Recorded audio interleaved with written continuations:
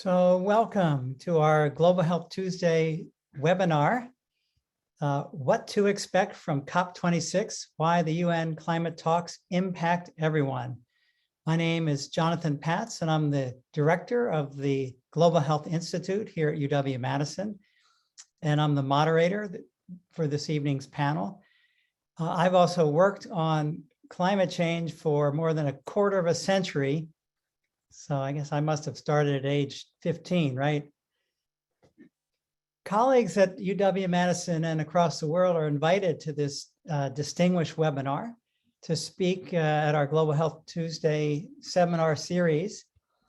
And our speakers luckily bring a diversity of experience and perspectives that are so much needed to address today's complex global health challenges.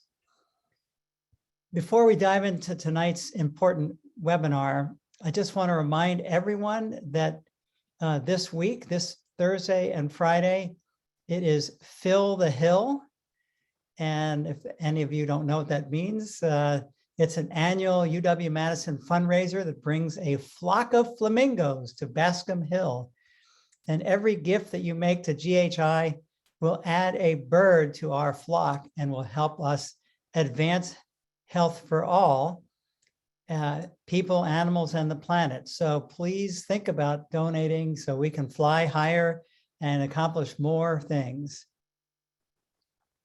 Well, there couldn't be anything more important than tonight's webinar, where we're going to look at the United Nations Conference of the Parties, or COP26. It's the 26th Conference of the Parties of the United Nations Framework Convention on Climate Change. So this is the annual real pivotal event where climate negotiations occur, and all of the signatories of the agreement, that's most countries of the world, come together. And this begins in Scotland this Sunday, so we are extremely well timed for this. This particular conference is extremely important, being 5 years after the Paris Treaty, where we reestablished national commitments. And according to the Director General of the World Health Organization, the Paris Agreement is potentially the most important public health agreement of the century because of the links between climate change and health. And in fact, this year is being tagged as the Health COP, and there will be millions of health professionals represented at this year's Conference of the Parties.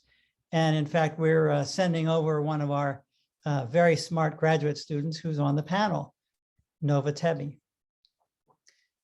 I want to just tell you a couple of other things that are happening. For example, at the National Academy of Sciences, the president of the US National Academy of Medicine calls climate change the largest health challenge of this century, and has launched a climate change grand challenge. But climate change and health, that's my field, and I'm just moderating tonight, so I won't say more about that. Tonight, each of our 4 panelists will give a short presentation, and then we'll have time for questions at the end. Be sure to put your questions in the chat box, and I will get to them and ask them for you. So without further ado, I want to introduce our first speaker, Greg Nemet, who is a professor in the La Follette School of Public Affairs. He teaches courses in policy, analysis, energy systems, and international environmental policy. His research focuses on understanding the process of technological change and the ways in which public policy can affect it. I'm sure all of you have his best-selling book, How Solar Energy Became Cheap, a Model for Low Carbon Innovations.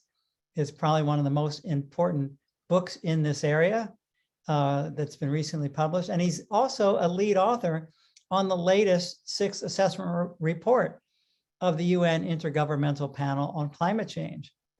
So I will turn this over to you, Greg, and then we will hold questions till the end, but take it away. Great. Thanks for the introduction, Jonathan. It's great to be here and talking about this important issue. And yeah, I'll just say a few things just to kick things off. First is that I think we all need to appreciate that climate change governance is really hard. So we're doing something unprecedented. It's an unprecedented challenge for global environmental governance. We're talking about how should societies address a global public goods problem under deep uncertainty about what the future impacts will be and how difficult it will be to avoid those impacts, with diverse tolerance or perspectives about tolerance for risk and how we value the future versus the present and the well-being of future generations. And all of this over the course of several decades. So it's a tough problem. And in the meantime, as time has gone by and politicians have dithered about what we should do about climate change, we've been working on an international agreement on climate since 1992. So that's coming up on 30 years. All that time, the climate has been deteriorating. And so we've got a difficult problem. We've got a climate that's getting worse, and yet there are reasons for optimism. And to me, the reasons for optimism have gotten much stronger, especially in the last 5 years. And part of it has to do with technology. And Jonathan mentioned my book on the cost of solar energy, and we're seeing that also with wind power and electric vehicles and batteries. It's making the economics of doing something about climate change far more feasible and affordable than even 5 or 10 years ago. So that's good news. And the second piece of good news is that we are having emerging collective action on this problem. And the Paris Agreement in 2015 really was a milestone. I remember being in a meeting the week after that with members of the German delegation, and they were exhausted from it, but also kind of said that it was a miracle that it actually happened. It's really substantive. It's certainly necessary, but not sufficient. But the fact that we have it really helps things. It creates a framework. We've got some agreed upon principles and a pathway to move forward. And so a couple of things just to outline what Paris said. So one is that we, and that's 190 or so countries, committed to keep warming below 2 degrees from pre-industrial. So we're already at 1.1 degrees above the time before we started burning fossil fuels. So we're at 1.1, we agree not to go above 2, and that we would make efforts to actually keep it at 1.5. So between 1.1 and 1.5 is kind of our range of what we need to do. And so that's one part of it. The second part of it is that we committed for climate finance of $100 billion to help especially the most vulnerable countries adapt to climate change. So that's something that we've seen partially met, but not completely, and really needs to be escalated. So that's another part of Paris, was climate finance. Another was a system of accounting. And that's come a long way in understanding where we are, where the emissions are today, which countries are emitting, going beyond CO2 to understanding other gases, using remote sensing that way. So the accounting and measurement is really important for making things have teeth and making commitments credible. And we've come a long way with the accounting. And then finally, that there's a ratchet mechanism. The idea was that whatever gets agreed upon in Paris, we have to have a mechanism for escalating the stringency. And that builds on previous environmental agreements like the ozone protocol that started in 1987, but had subsequent protocols and agreements that expanded the commitments to more countries, that made the reductions more stringent over time to the point where it actually got almost zero emissions of CFCs that destroy ozone within 10 or 15 years after that agreement. So that's the model here with Paris, is that we wouldn't get it all figured out in 2015, that the subsequent meetings would play important roles in creating this ratchet mechanism. And the ratchet means you can make things get tighter and more stringent, but not less stringent. And so 2020 is the next big step to escalate the ratchet mechanism. The other thing I would just mention is what's happened since Paris. So Paris was December 2015, so we're 6 years later almost. And 3 important things have happened. One is that the Intergovernmental Panel on Climate Change, so this is the scientific body that provides scientific objective information to the climate negotiations, came up with a report about what it would mean to achieve this 1.5 degree target. So there's a special report on 1.5 degrees that came out in 2018. And what that really made clear is that we need to get emissions to pretty close to zero, or at least net zero, and we can talk more about what that means, by mid-century, by something like 2050 to 2060. And there really isn't that much room for more emissions after that or more emissions than that.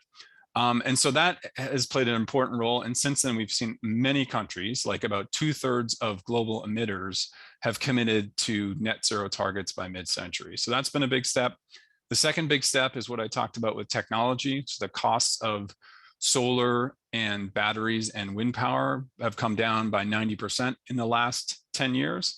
And the third part is about climate impacts. It's becoming very clear to everybody that climate change is not something about the future. It's not something that just happens to faraway places. It's something that's happening here and now and is likely to increase in the impacts. And those become much, much harder to ignore and dismiss when we're seeing them happen recurringly with more intensity and more frequency. So those three things, net zero targets, technical improvement, and more clear climate impacts, have really raised the stakes, but also the focus to take us where we are at COP. And so, yeah, it'll be interesting to hear what the other panelists are looking for at COP. But I think for me, I'm really interested to see if we get an agreement on a global net zero target. So we've got individual countries saying net zero. That would be interesting to get to a global net zero.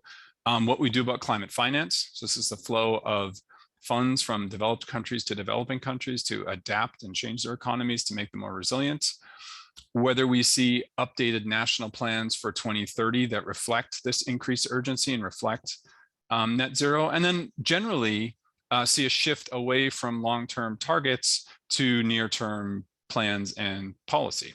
And so I think there's been lots of signs of progress, but challenges remain. And that's kind of the overlying kind of mantra that's coming out of my work for the Intergovernmental Panel on Climate Change that'll come out next March, which is there's lots of good things happening, but it's really insufficient, and we need to boost things and scale things up. So I'll stop there and look forward to hearing from the other panelists as well. Thanks. Greg, thanks so much for setting the stage and really giving us a contextual feel for what's going to happen and the historical relevance as well. So let's shift gears and to the legal side. Dr. Sumudu Atapattu is the Director of Research Centers and International Programs at the University of Wisconsin Law School. She's affiliate with UW-Madison Institute for Environmental Studies, the Global Health Institute, the Center for South Asia, and also the 4W Initiative, and is Executive Director of the Human Rights Program. She's published widely on environmental rights, climate change, and human rights, sustainable development, international environmental law, and the Global South. We traveled together and we're in Paris. So I'm surprised that I mispronounced her last name already, but Sumudu, I just go by your first name anyway. So over to you. Thank you so much, Jonathan. I know I tell my husband that the last name is hard even for me. I get the spelling wrong sometimes. Yeah. So I would like to thank Jonathan and Anne for inviting me to speak today. Greg's presentation was a good segue for me because I look at the link between climate change and people and human rights and how their rights are affected as a result of climate change impacts. And Greg mentioned the 6th IPCC report, which clearly said that climate change is happening, it's happening now. It also said that we have locked in a certain amount of climate change, which means that because of the emissions that are already there, no matter what we do, we will experience these consequences. And that's where my work comes in, because people are already suffering as a result of climate change. And climate change was not recognized as a human rights problem until about 10 years ago. Despite the clear impact on people. So we have already experienced 1.1. I mean, we have increased the temperature by 1.1 degrees Celsius, which is about 2 degrees Fahrenheit. And this report clearly highlighted that many of the adverse consequences that we experience today will get worse, unfortunately. We will see more severe weather events, heat waves, flooding at the same time, droughts and wildfires. And these will continue for the next 30 years. And other impacts like sea level rise, unfortunately, will continue for the next 2,000 years. So these are huge impacts we are talking about. And the report also highlighted that these impacts are happening faster than we anticipated. So all these impacts, whether we look at severe weather events, water scarcity, food scarcity, have impacts on human beings and their rights, starting with right to life. We know that people die as a result of these severe weather events. There are health consequences, like Jonathan mentioned, with heat waves, water and food shortages, vector-borne diseases that are increasing. There are mental health impacts, so right to health is being affected, right to food, right to water, right to privacy and family life. And another big consequence of climate change is displacement. Many communities are forcibly displaced, whether it's due to severe weather events or slow onset events with sea level rise. And if you have a severe drought, if you don't have food to eat, people will be forced to move to safer locations in search of food and water. And there's planned relocation taking place as well, including in the United States. And this is something we don't really talk much about, but as we speak, several communities are being relocated to safer locations, and other communities are awaiting relocation. The communities in Alaska, in Louisiana, they have to be relocated. So just imagine, relocating entire communities, entire towns. What does that mean for their rights? And then we also have small island states that will disappear at some point or will become uninhabitable due to sea level rise and these severe weather events. So internal displacement is disruptive enough. Imagine if your entire country is going to disappear. What will happen to these people? Where will they go? So that's another huge issue that we are facing as a result of climate change. So in short, all these consequences will have impacts on people and the enjoyment of rights. So in terms of these short-term consequences, we have to, because we have locked in a certain amount of climate change, we have to learn to live with these consequences. We are already experiencing these consequences. We must try and minimize the consequences to the extent we can. Greg mentioned technology. We have the ability to predict some of these consequences, so we could take measures to protect these communities. So adaptation is very important for the current generation and at least the next generation, because we have to learn to live through these consequences. We have to help communities to build their resilience, and also get the participation of these communities in formulating these adaptation plans and programs, because they know the local conditions. Many of them have an intimate relationship with the land. So this knowledge will be vital for formulating these plans. For example, when plan relocation is being done, you need to get the community's involvement in where they would go and provide them with the resources. So a human rights approach to adaptation plans would be necessary going forward. I must mention a positive development. I don't want to sound all negative.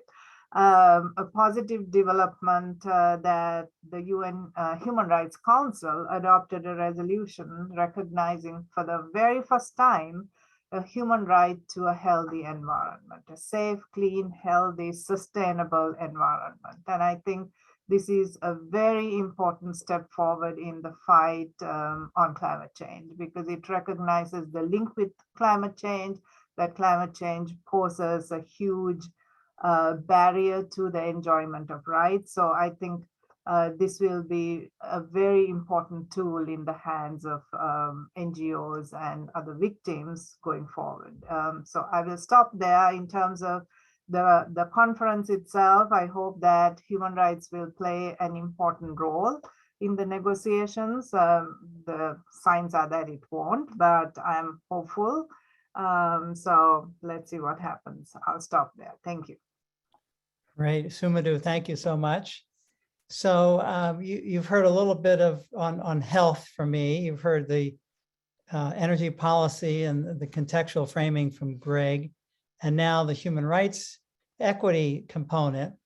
So our next speaker, Nova Tebi, is actually a graduate student. She's doing a dual degree as a master's in public health and a master's in public affairs.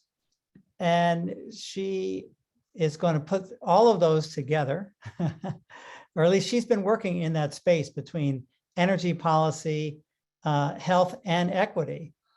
And she is, she's graduated with she's actually completed a certificate in the energy analysis and policy program here, as well as her dual degree master's.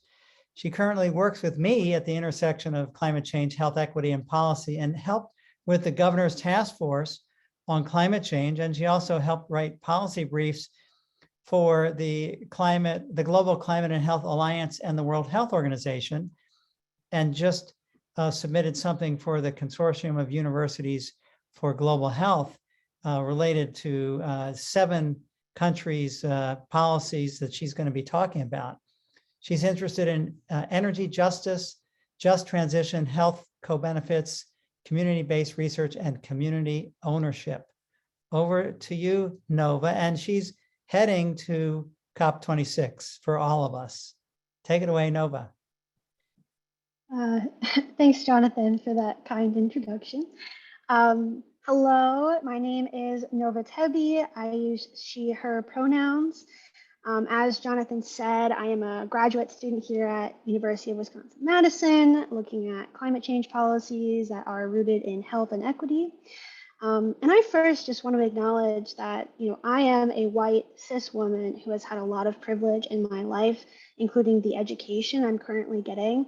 And I now have the power and privilege to speak here. So I want to use my time wisely and talk a little about what I see the problem is with climate change. My work with 2 fantastic undergraduate students, Madison Young and Kesteri Thorat, and then uplift some of the voices and organizations that will be present at COP26 to show what issues we can expect to be raised. So I want to start by saying that climate change is the most urgent public health crisis we face today. People my age and younger are honestly angry and fed up with the situation we are now faced to deal with. We are seeing more extreme weather events, more droughts, more energy crises, and these are only going to get worse. The future is like a dystopian novel, and I'm not sure if people have seen the newly released sci-fi film Dune, but it takes place some 1,000 years in the future, and the planet is uninhabitable for most and filled with political turmoil. And I've only seen clips, but I came to the realization that this is where we are kind of headed. The dystopian futures are no longer some fictional stories that will never happen. It's a lot closer than we think. And to quote one of my professors, Dr. Ruth Goldstein from the Gender and Women's Studies Department, why is it easier to see dystopian futures instead of equitable ones? And I think this is a question we have to look at closely. Why are equitable futures so hard to see? Well, perhaps because even though we see the science and know climate change is not only here, but it'll get worse, nothing has really happened. The problem lies not with the science or arguments for health, morality, or even economics, because those are all valid. The problem is the consistent protection of the status quo, of current power systems where the rich keep on getting richer, the poor are getting poorer, and those in power do everything they can to keep that power. If we are to fully address climate change, we have to dismantle these power structures by leaving this extractive economy of constant drilling, welling, and complete disregard for human rights for one that is regenerative, that allows equitable participation, ownership, and sustainability. We must acknowledge the inequities that are embedded and perpetuated in society through systems based on income inequality and on prejudice against race, ethnicity, class, sex and gender, faith, immigration and refugee status, and disability, and any intersection of these groups. It is essential to divest from fossil fuels, all fossil fuels, even natural gas, and put the investment into community-owned and operated renewable energy projects. We need to reduce our consumption. We need to build infrastructure on the local level first, so that we not only prevent irreversible damage, but also adapt to the damage that has already been done. And this is the framework my team and I worked within as we created country-specific policy briefs rooted in health and equity. So Madison, Castoria, and I researched and analyzed climate policies in 3 sectors: energy, transportation, and food and agriculture. We used health and equity as the main criteria for each policy, looking not only for physical and mental well-being, but also the social determinants of health, such as education, wealth, income, and socioeconomic status. For equity, we evaluated policies on community ownership and engagement, reducing disparities, and improving the well-being of marginalized and underserved communities. We looked at a total of 7 countries. So we looked at the United States, India, South Korea, Trinidad and Tobago, South Africa, Nigeria, and Ethiopia. And we found common policies that we recommended across all 7 countries that were positive for health, equity, and mitigating the climate crisis. So some of these policies were community-based renewable energy projects, where communities have ownership over their energy system, fossil fuel phase-outs and divestment, food waste reduction and sustainable community agriculture, electrifying public transportation, and urban planning around pedestrians and cyclists instead of personal vehicles. And you might ask, why were there so many common policies across 7 countries?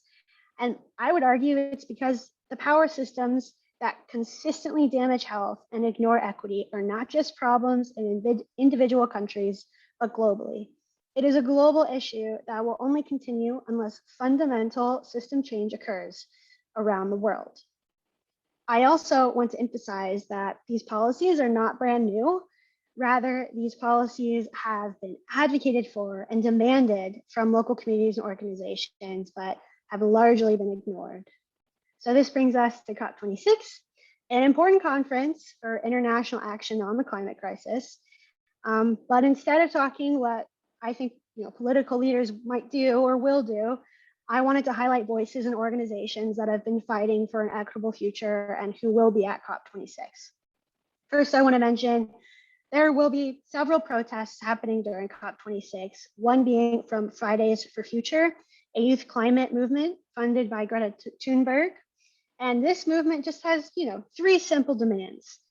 Keep the global temperature rise below 1.5 degrees Celsius compared to pre-industrial levels, ensure climate justice and equity, and listen to the best united science currently available.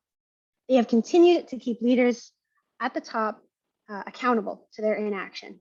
and I encourage you to follow them to learn more.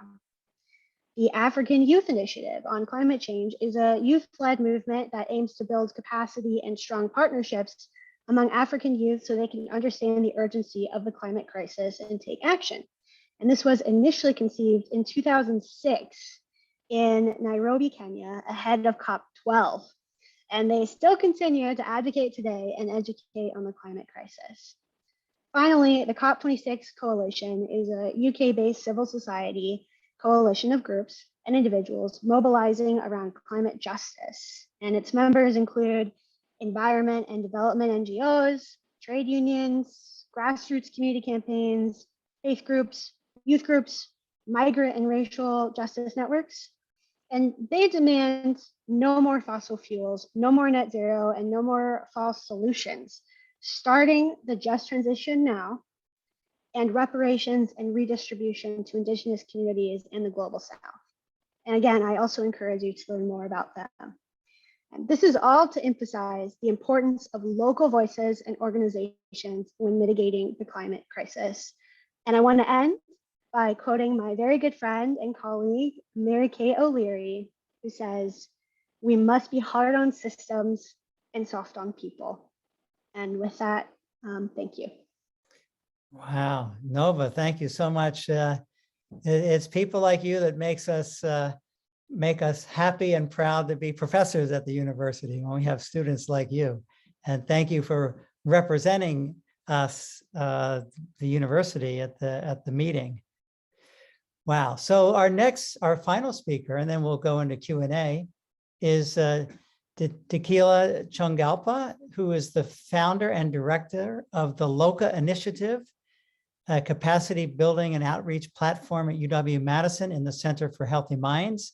And it's geared to faith leaders and culture keepers of Indigenous traditions who work on environmental and climate issues.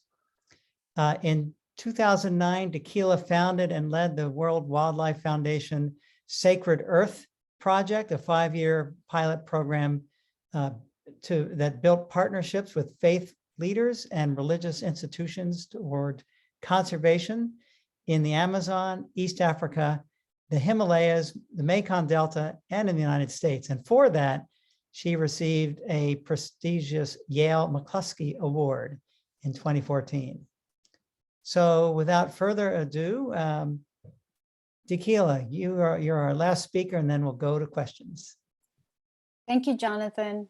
I'm so happy to just say I yield my time to Nova. That was phenomenal. I think I should start by saying that I am probably the voice of disillusionment when it comes to the COPs. For those of you who might remember the Convention of Parties in Copenhagen in 2009, I think you cannot fault me for that feeling. Copenhagen was a major wake-up call for a lot of folks in the climate world, because I think up to that point, we were all really hopeful that the largest global emitters would have some sense of ambition and urgency, and that it would lead to a fair and equitable agreement among all nations. And the disconnect between what the science and what people were demanding and what the governments presented was truly shocking. I think in many ways, it allowed us to understand what was really happening, which is that the government representatives at the Convention of Parties do not actually represent the people of their countries. They represent the economic interest of their countries. And so when they come to negotiate, they are not coming to actually solve the climate crisis as such. They are coming to slow down the worst aspects of climate change so that we do not challenge any part of the root causes of what creates climate change. And I think this goes to why I was so thrilled to hear Nova give a really incisive analysis of what is at the root cause of all of this, right? Which brings us to the neoliberal order of the world, where capitalism and globalization just get to run unchecked. So now when it comes to the question of what should we expect from COP26, I think we have to be really clear to say, if we have a chance of limiting global warming to 1.5 degrees centigrade, we need to almost halve our greenhouse gas emissions by 2030. And if you look at the NDCs, the nationally determined contributions that all of these countries are making, basically the voluntary commitments they're making, I don't think it takes us even to 10% additional GHG emissions, right? The cuts that need to happen by 2030. So the reality is we're not going to meet the Paris Agreement goals. Well, where does that leave us in that case? I think one of the things that Sumudu brought up that really matters to us and that we need to think about when we talk about the root causes of climate change is that when we talk about neoliberalism and how the world is run, what we're really talking about is a hierarchy of who is disposable and who is protected. And Sumudu mentioned uninhabitable small island states. Well, they are who, when we come together as a global group of traders, they're the ones that we're willing to throw away because we are not willing to move fast enough and quickly enough to protect them. In the 1980s, some of you might know Audre Lorde, who is this very famous Black feminist, lesbian writer and icon. In the 1980s, she was invited to this feminist convention, and she, assumed that the dialogue would very much center feminism, Black feminism, third world feminism, and found out that she was one of the only people who got to speak about it. After that, she wrote a really famous essay called "The Master's Tools Will Never Dismantle the Master's House." And when I look at COP, this is basically the parallel I see. The COPs are focused on governments submitting these NDCs, right? And resolving the question of how we finance the efforts of developing countries. The reality is when you're in there, what it really feels like a lot of the time is Wall Street trading and jockeying. And the poorer countries are often treated like beggars, as opposed to playing from a position of power because they are A, morally, largely not responsible for carbon and other GHG emissions, and B, quite often, the reason why we have biodiversity and forests that are still intact, they're actually very much shunted on the side. And when I mentioned Copenhagen in 2009, the reason why I was there was because NGOs like the NGO I worked for at that time are actually there trying to give the language, trying to develop the strategy framework, trying to help these countries that don't have resources to be present so they can negotiate with greater power. So imagine that you have countries that are the greatest emitters who come with hundreds of people staffed to negotiate to protect their economic interests. And then you have the island states that Sumudu mentioned and other lower developed countries that don't have more than a couple of people that are showing up to protect themselves because their lives are on the line, right? Millions of lives are on the line.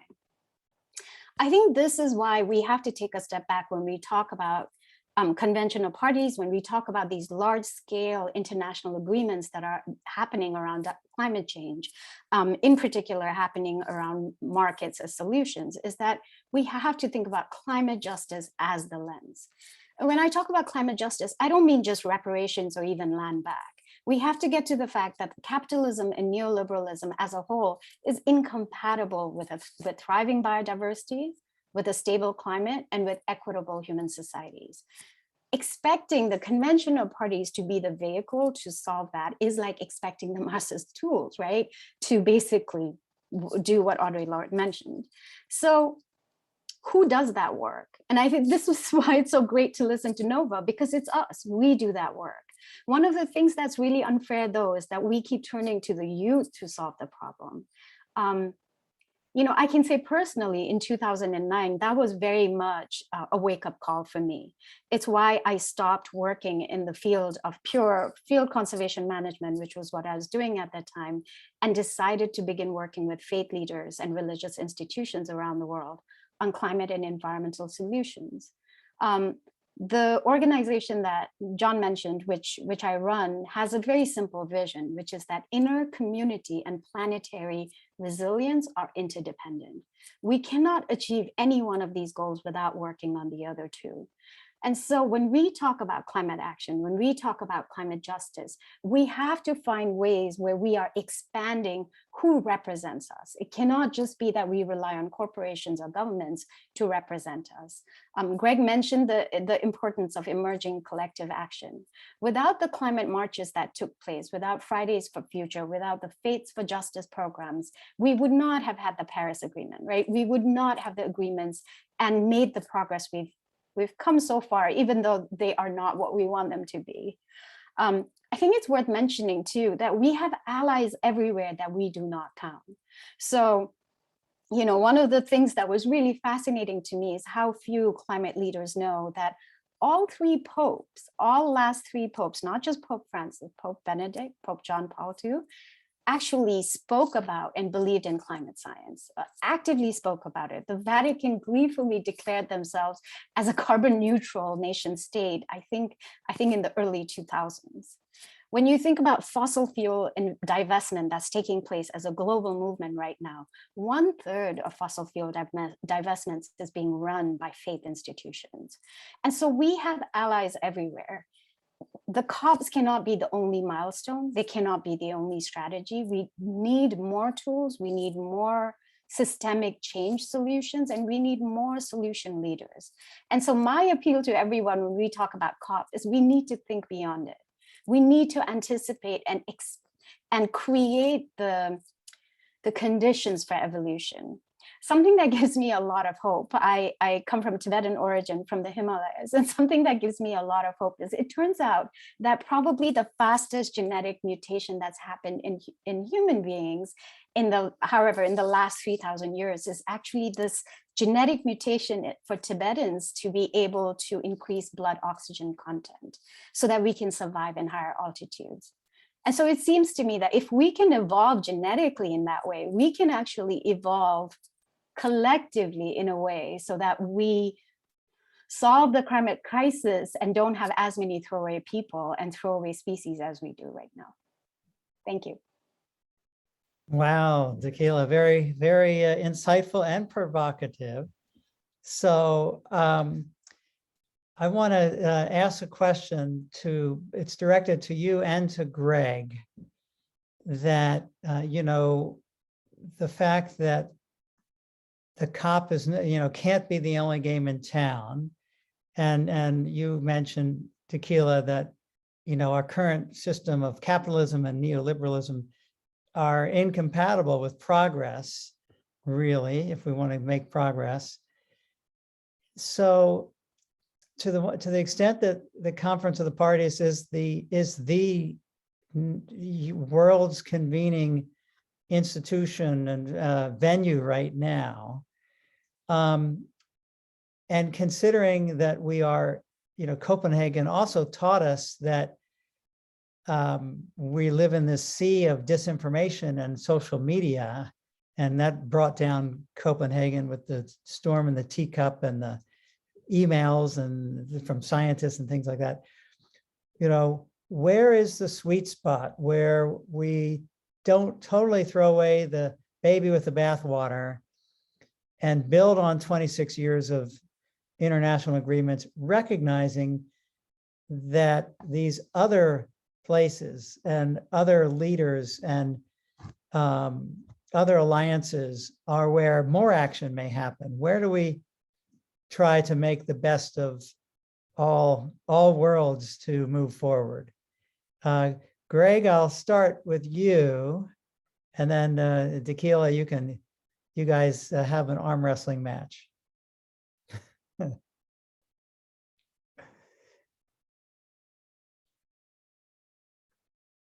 Then if Greg would rather me start with you, Tequila. I think he can't unmute. Is that right, Greg? Yeah.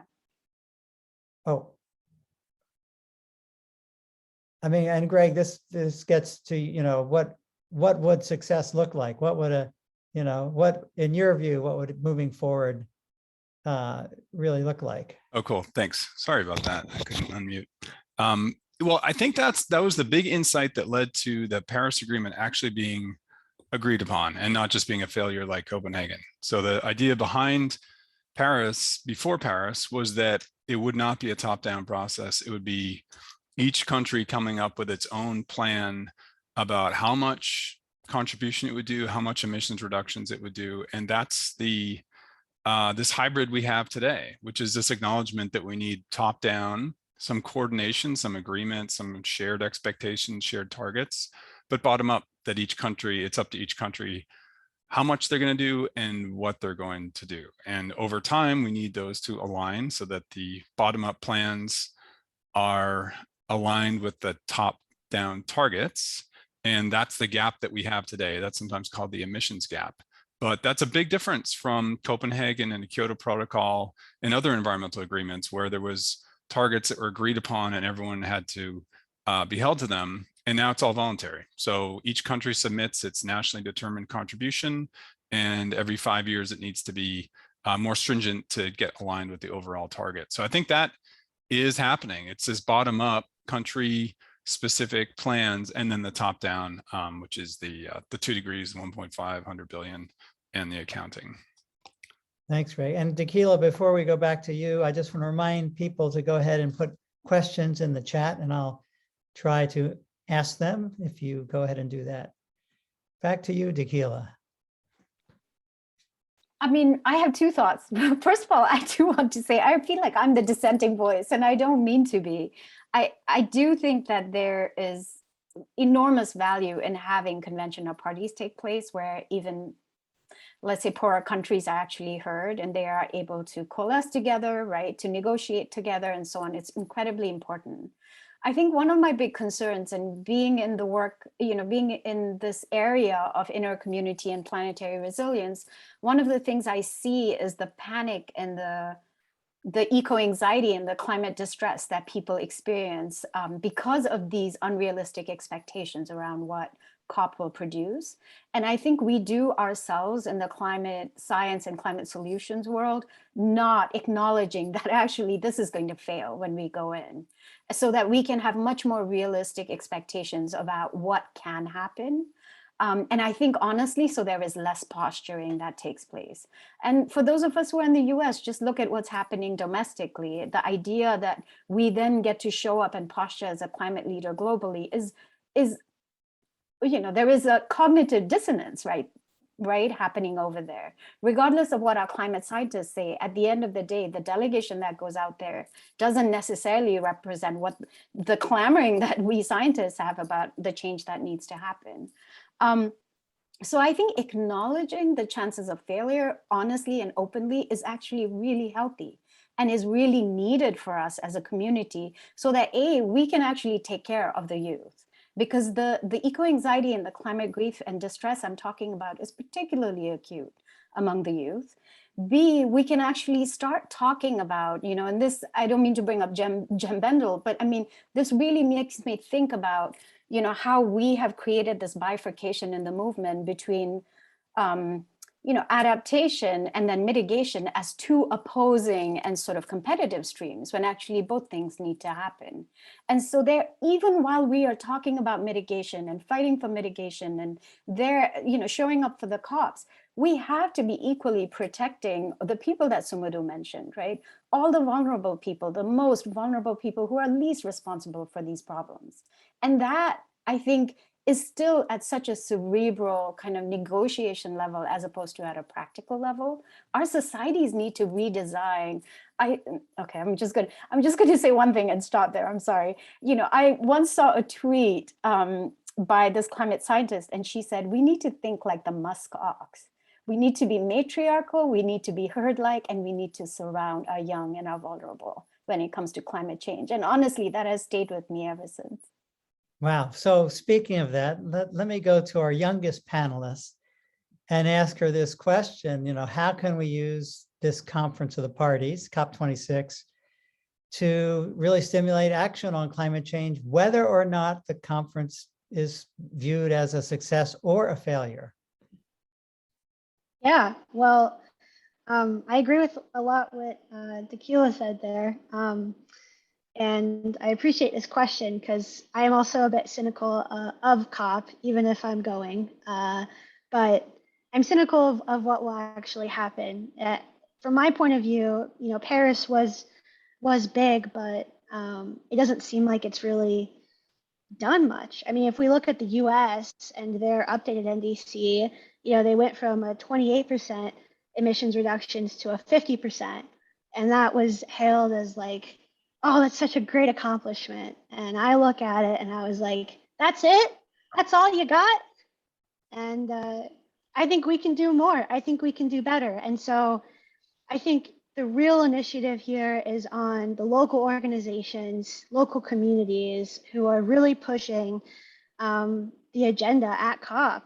You know, this COP26 is going to have a lot more health conversations, and I think that has a lot to do with local organizations, local advocacy that is really persuasive. So I think, you know, the youth movement for sure, Fridays for Future, Greta Thunberg, I mean, they're doing so much work to just get it on the conversation. And I think, you know, a lot of people expect them to have all of the solutions, which I don't think is fair at all. They're just asking for action.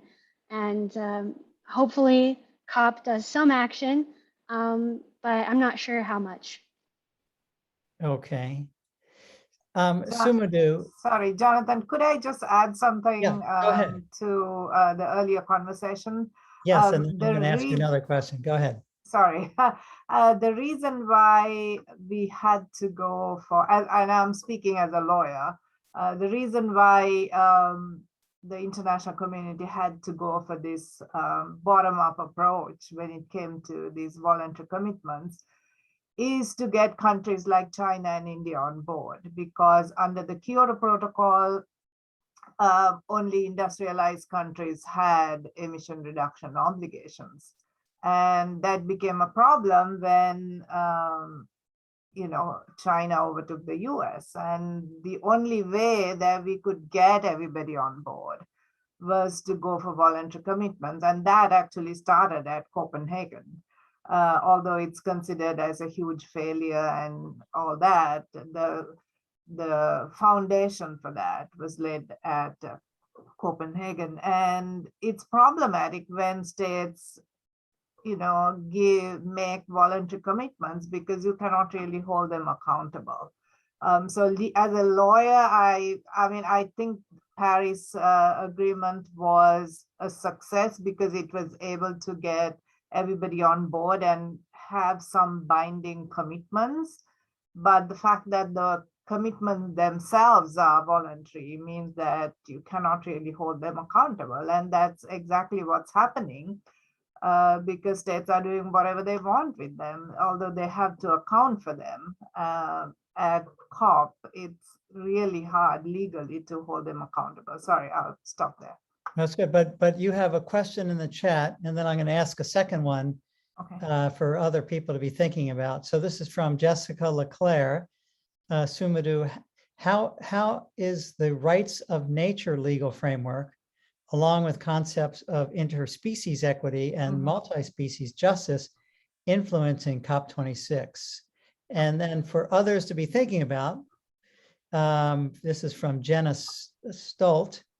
What community-based bottom-up emission reduction programs have been successful in recent years, and what can we learn from them? That's for the other panelists. So back to you, Sumudu, on the rights of nature legal framework. Well, I personally think that rights of nature is a huge development under the human rights framework, because when we talk about human rights, we generally talk only about humans, and that has been critiqued by environmentalists because of the emphasis on human beings. But my perspective is that you know, the human rights framework has given a voice to marginalized communities who are disproportionately affected by climate change, and has made a focus on the victims of the real victims of climate change, like small island states, people who are displaced as a result of climate change. But I think rights of nature has been able to bridge the gap between human rights and environmental issues by giving certain components, as well as nature as a whole, rights under the human rights framework. And I think it's huge. I don't know how this will evolve, but unfortunately at COP20, there's very little, as far as I know, very little talk about rights, let alone rights of nature. I think it's time for us to bring the conversations about biodiversity, interspecies justice. As Dakila pointed out, justice should be the framework because we are experiencing a problem that has been predominantly caused by a handful of states, but is causing a disproportionate impact on vulnerable communities and states. So unless we adopt that justice framework, not just for humans, but for these other species as well, it'll be really hard to move forward from here. Great, thank you. And which panelist wants to jump in on what community-based emissions reduction programs have worked and what can we learn from them? I would just, I would mention three things. So from a political perspective, I agree with the other panelists. The biggest change in the last 5 years has been the youth movement. Very active, very mobilized, politically important, international, connected. As the youth are growing older, they're voting, they're taking political office. So that has been transformative. So that'd be number one from political perspective. From an emissions perspective, what's made the biggest difference has been shutting down coal plants. That's been amazing progress in a lot of places. Like the US has shut down 25% of its coal fleet in the last 10 years. The UK has done something similar. We're seeing a lot of other countries doing that as well. And then other big countries like China and India have kind of oscillated between slowing down their building, reversing it, and then coming back and potentially building more. So those ones are very much in play. But in terms of the emissions reductions that have happened in the last 5 years, it's been shutting down coal plants, and those have been really impactful. And then in terms of future emissions, the third thing I'd say is on technological improvements of renewables, solar, wind, electric vehicles, digitalization that connects everything. That's giving a platform to do really deep emissions reductions in the future in a way that wouldn't have been considered feasible 10 years ago, would have been considered unaffordable. And that argument really does not hold water anymore, that we can't afford to decarbonize our economy or to get to net zero because of these improvements. So we've got things happening in multiple domains. I think that's kind of what makes me optimistic, is there's no sign that those are going to run out of steam. I think those are kind of permanent trends that are going to help. Yeah, and just to add regarding technology, at the La Follette Climate Policy Forum, I sat next to the executive director of Wisconsin Conservation Energy Forum, and a conservative individual who said he's all for renewable energy because conservatives are into a free market, and the cheapest way to generate electricity now is through renewables and batteries. So we weren't there 5-10 years ago. So we're in a different place, and here's a conservative individual saying, hey, we got to go with renewables. He probably read your book too, Greg. So any Nova or Tequila, did you want to respond about community-based solutions and lessons learned?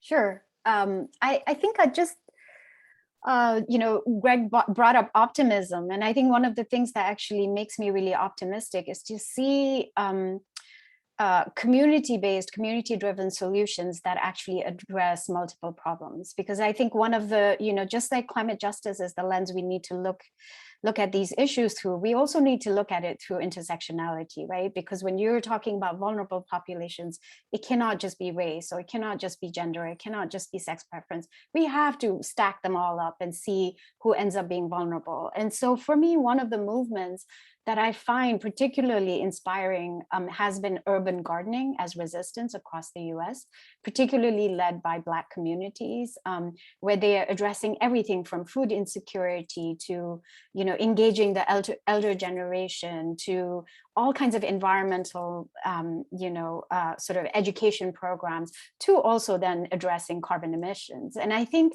these are the kind of solutions we need to look at. What's fascinating to me now, having worked with such a diverse group of faith leaders that I have in the last 12 years, is that there are two topics that they are always willing to talk about, regardless of where they might be on the political spectrum. And I think this speaks for any human being on the planet. The two topics are health and which, Jonathan, you have told me about a great deal. And the other is disaster, right? That the fear that disasters give us and the desire to protect our community.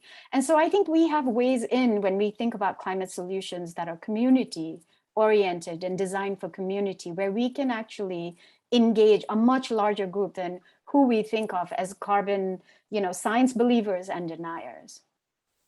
And that gives me a lot of hope. Great.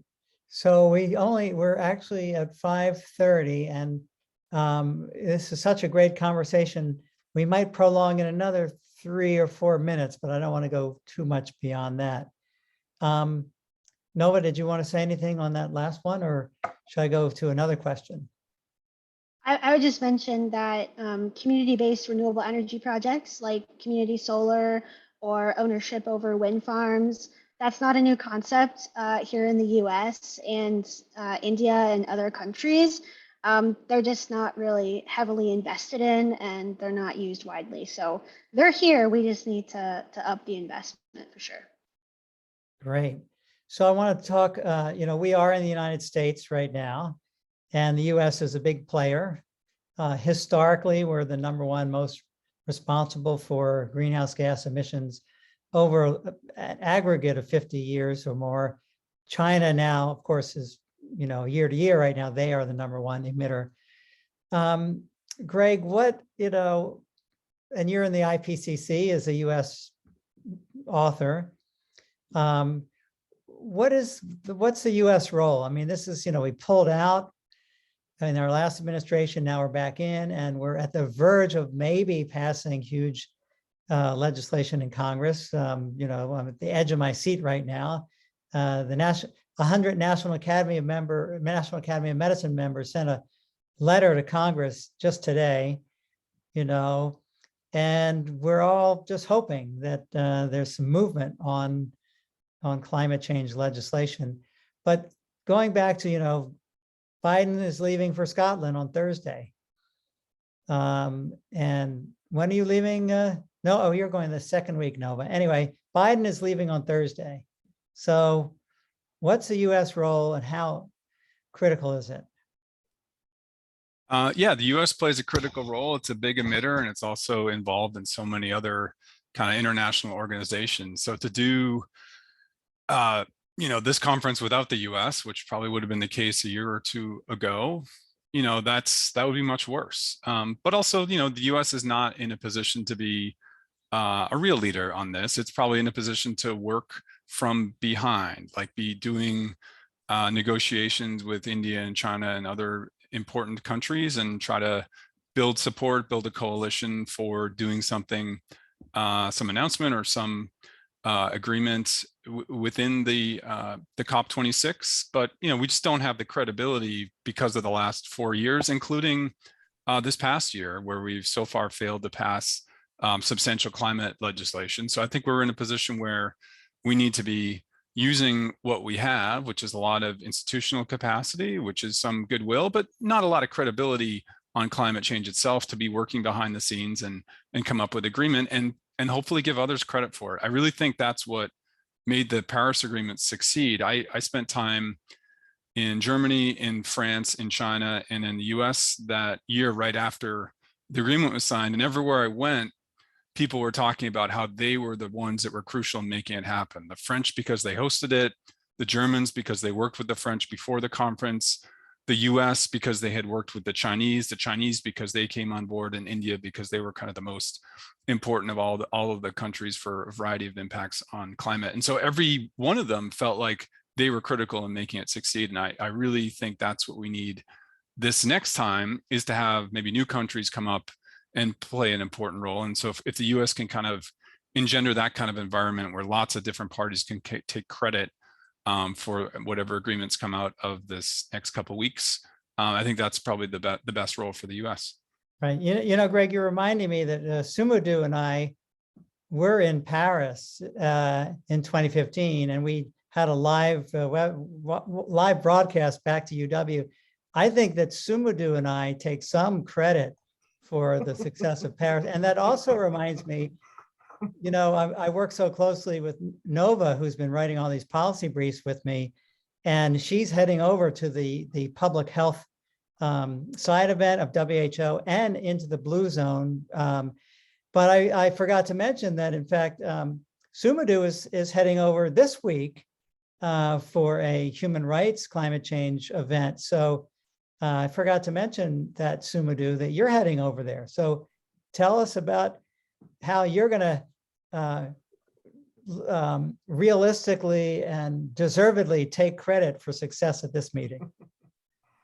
I don't know whether anybody can take credit, but I want to emphasize the link with adaptation and human rights because a lot of programs that states are putting in place with regard to adaptation don't mention human rights. They don't see the need to protect rights, get people involved in formulating these plans. So, I mean, it doesn't make sense to me that, you know, people who are being affected are not consulted.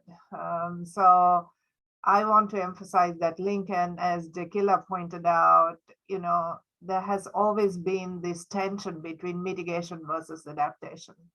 And for developing countries, it's a really important thing to get adaptation finance, support with adaptation. So that's what I want to emphasize. Right, so important. Well, we're 7 minutes over, so I want to just tie this up unless someone else wants to quickly say anything, any last word. Well, let me just make a comment that yes, it's for me in public health, it's all about prevention. And that's about going upstream at the source, turning off the faucet, but also we have to clean up the mess as we're turning off the faucet in greenhouse gas emissions, and people are going to be, we're committed to some warming and disasters, people are going to be harmed. We need to build resiliency and invest in adaptation, but also, you know, go upstream and you know, we need to do both. And then some. So any other last words of wisdom from our panelists before I end this wonderful webinar? Okay, I'll take that as a nice wrap. This has been, so if all of you, you know, it's a huge, we need the crowd's noise in the background. Fabulous panel. Thank you so much for doing this, and for all of those listening in, thank you for coming to our Global Health Institute Tuesday webinar. And don't forget about Fill the Hill and homecoming this weekend. So have a wonderful evening. Thanks everyone. And I'll see you tomorrow, some of you. Take care. Thank you.